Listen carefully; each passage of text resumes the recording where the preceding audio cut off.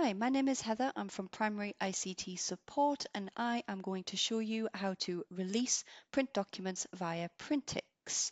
So first things first, as you can see, an example document here, just to show you that you print as you normally would.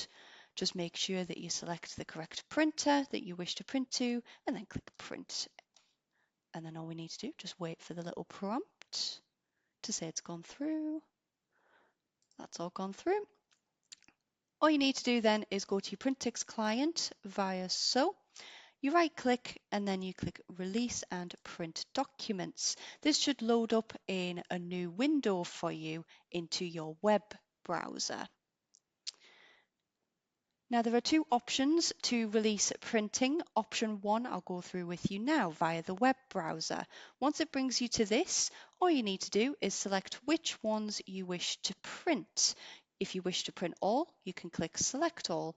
If you don't want to print any of these and you wish to delete them, there is a little delete button here.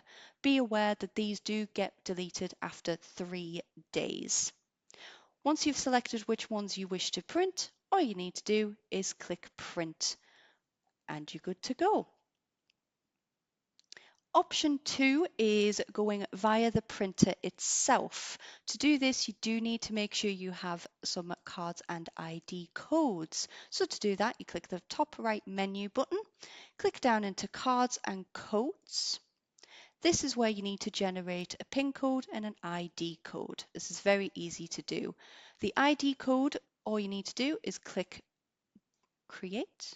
As you can see, it has generated an unique ID code to me. For the PIN code, you will need to create one yourself. Please select one that you will be able to remember and is 4 digits in length. Then you click the save.